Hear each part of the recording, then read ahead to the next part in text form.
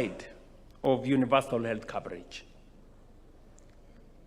The other side is the facilities treating them, which must function. Through the Facilities Improvement Financing Act, public health facilities and all other facilities can retain and reinvest their revenues in medicines, equipment, and better patient care. Since October 2024, Social Health Authority has received more than 209 billion and paid out 178 billion to contracted facilities across 47 counties.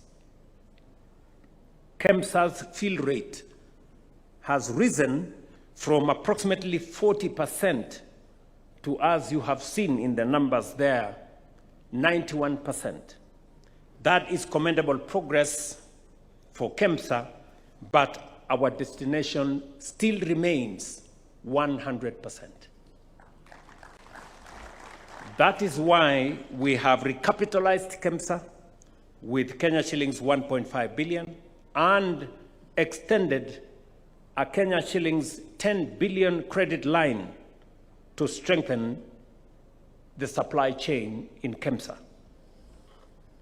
Ladies and gentlemen, digital health is the backbone that holds